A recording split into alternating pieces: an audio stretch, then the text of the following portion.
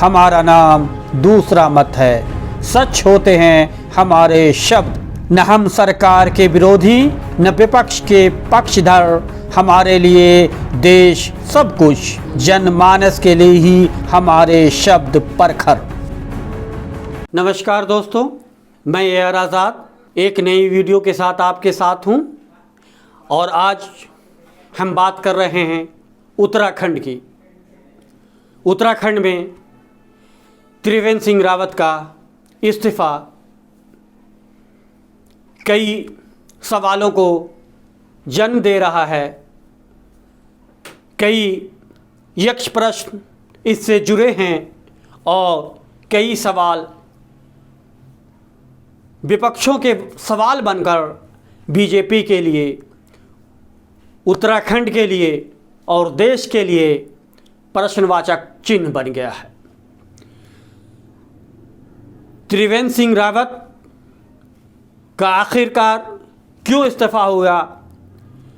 त्रिवेंद्र सिंह रावत को आखिरकार अंतोगत्वा क्यों जाना पड़ा?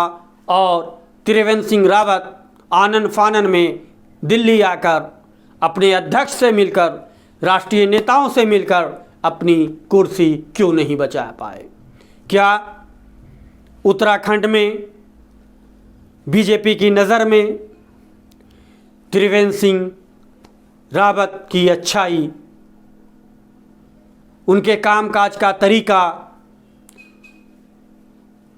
उनके काम करने का और उस काम को जनता की आकांक्षाओं पर पूरा करने का, उस नज़ीर को बनाने का, ये नया नज़ीर पेश करने का तरीक़ा बीजेपी को अब बुरा लगने लगा था?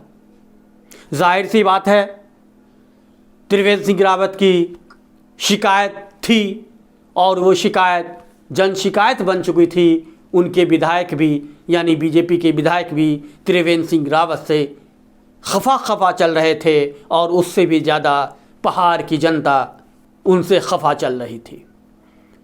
त्रिवेंद्र सिंह रावत अपने अहंकार में डूबकर कुछ ऐसा कर रहे थे जिससे उत्तराखंड की जनता को कई बार असहज सा महसूस होने लगा था। आप याद कीजिए उनके अहंकार का एक वाकया। एक शिक्षक भरी मीटिंग में उनसे अपनी गुहार लगाती है। वो कहती है कि हमारे पति नहीं हैं, हमें बच्चे को भी देखना है और मुझे स्कूल भी चलाना है, आप मुझे कोई रास्ता दें, मेरे लिए कुछ करें। लेकिन उनके अहंकार भरे शब्दों ने देश को भी अचंभित कर दिया, देश को भी ये सोचने पर मजबूर कर दिया कि एक मुख्यमंत्री, किसी सूबे का एक सीएम इतना भी अहंकारी हो सकता है।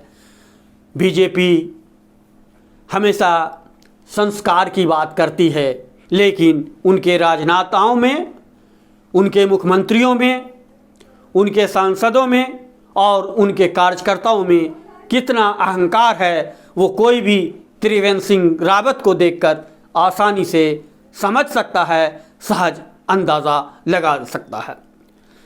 त्रिवेंद्र सिंह रावत का इस्तीफ़ा कुछ यूं ही नहीं हुआ है। त्रिवेंद्र सिंह रावत, उत्तराखंड का बजट सत्र चलता है। सारे विधायक देहरादून से लगभग 250 किलोमीटर दूर ग्रीष्मकालीन राजधानी में, वहाँ के विधानसभा में बजट सत्र में होते हैं और अचानक बीजेपी की तरफ से पर्यवेक्षक नियुक्त करके वहाँ भेज दिया जाता है। गेस्ट हाउस में मीटिंग चलती है और आनन फानन में विधानसभा को अनिश्चित काल के लिए भंग कर दिया जाता है। आनन फानन में त्रिवेंद्र सिंह रावत देहरादून पहुंचते हैं और देहरादून उनके पहुंचते ही बाकी विधायक भी देहरादून आ जाते हैं और तब तक त्रिवेंद्र सिंह रावत दिल्ली आ जाते हैं और दिल्ली में वो भाजपा अध्यक्ष से भी मिलते हैं, कुछ राज्यसभा सदस्य भी मिलते हैं, पार्टी के और नेताओं से मिलते हैं और फिर देहरादून लौट जाते हैं। और देहरादून लौटते ही वो सीधे गवर्नर हाउस पहुंचते हैं और अपना इस्तीफ़ा दे देते हैं। इस्तीफ़ा देने के बाद पत्रकारों के सवाल का जवाब वो खुद नहीं देते, वो कहते हैं कि आला कमान इसका जवाब देंगे। जाहिर सी बात है कि त्रिवेंद्र सिंह रावत को ये अंदाज़ा नहीं था कि उन्हें हटाया जा सकता है। अब सवाल उठता है कि त्रिवेंद्र सिंह रावत को बीजेपी ने क्यों हटाया और इस हटाने का साइड इफ़ेक्ट क्या है।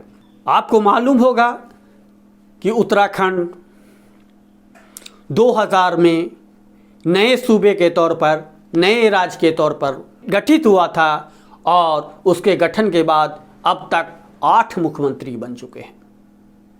सिर्फ नारायण दत्त तिवारी ही ऐसे हैं जिन्होंने अपना 5 साल का पूरा कार्यकाल एज ए CM पूरा किया।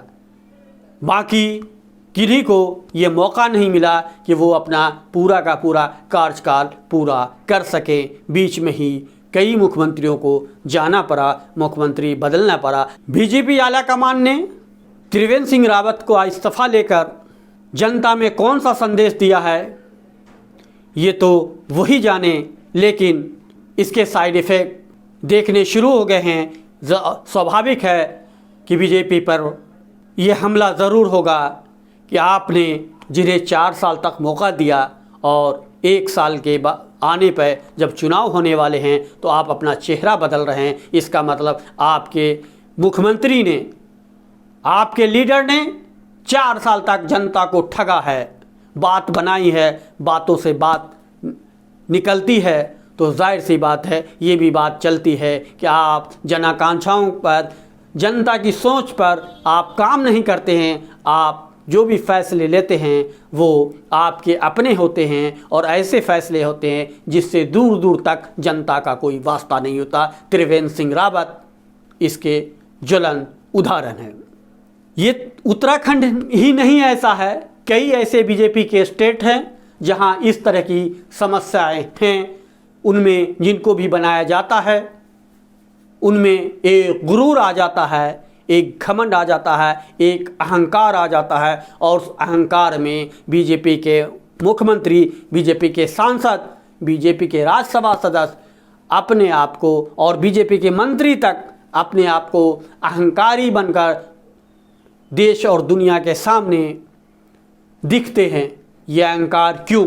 इसलिए कि बीजेपी तो संस्कार की बात करती है, बीजेपी कभी अहंकार की बात नहीं करती है, लेकिन संस्कार कहीं नहीं दिखता, सिर्फ अहंकार ही अहंकार दिखता है। आप उत्तर प्रदेश के मुख्यमंत्री को देख लें, योगी आदित्यनाथ। योगी आदित्यनाथ तो योगी हैं, साधु हैं, सन्यासी हैं, लेकिन जब मुख्यमंत्री बनते हैं तो उनके बोल दिल को छलनी कर देते हैं। उनके फैसले अधिकांश जनता को सुहाते नहीं हैं, लेकिन शासन उनके हाथ में है, बागडोर उनके हाथ में है, प्रशासन उनके हाथ में है, वो जो करें सब ठीक। तुलसीदास ने भी कहा है, सामर्थ्य को दोष नहीं गोसाई।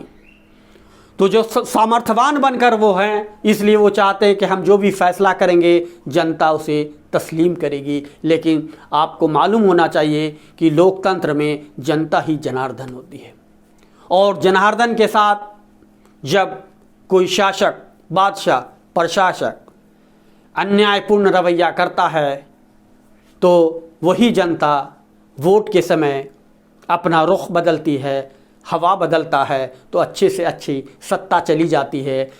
बेहतरीन से बेहतरीन जो समझता है कि इंडिया शाइनिंग है वो सरकार चली जाती है। इसलिए उत्तराखंड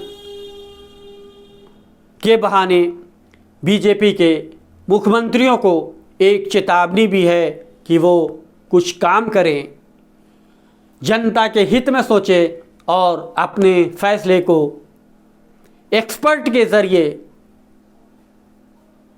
उस पर चिंतन करें, उनसे राय लें और फिर जाकर उसे अमली जामा पहनाएं।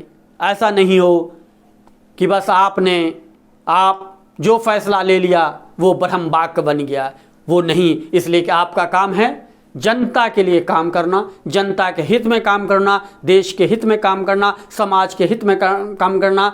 सूबे का जित संसाधन वो जनता की अमानत है, उस संसाधन का उपयोग दुरुपयोग के में नहीं बदला जाए, ये आपकी भी जिम्मेदारी बनती है। एक अच्छा प्रशासक, एक अच्छा सीएम, एक अच्छा पीएम, एक अच्छा डीएम वही होता है जो जनता के हित को सर्वोपरि समझता है और अपने ईगो को पीछे रखकर जनता की समस्या के समाधान के लिए अपना कदम आगे बढ़ाता है, बढ़ते हुए कदम से।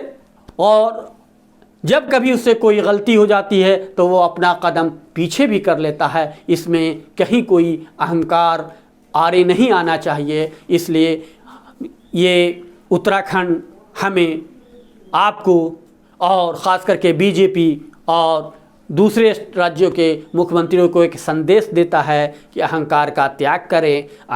और जो आप मर्यादा और जिस संस्कार की बात करते हैं, जिस स्वराज की बात करते हैं, जिस प्रजातंत्र की बात करते हैं, उसको अमली जामा पहनाएं, अमली तौर पर उसे लागू करें। और ये वक्त की ज़रूरत भी है। आपको ये जानना ज़रूरी है कि उत्तराखंड 2000 में बना था।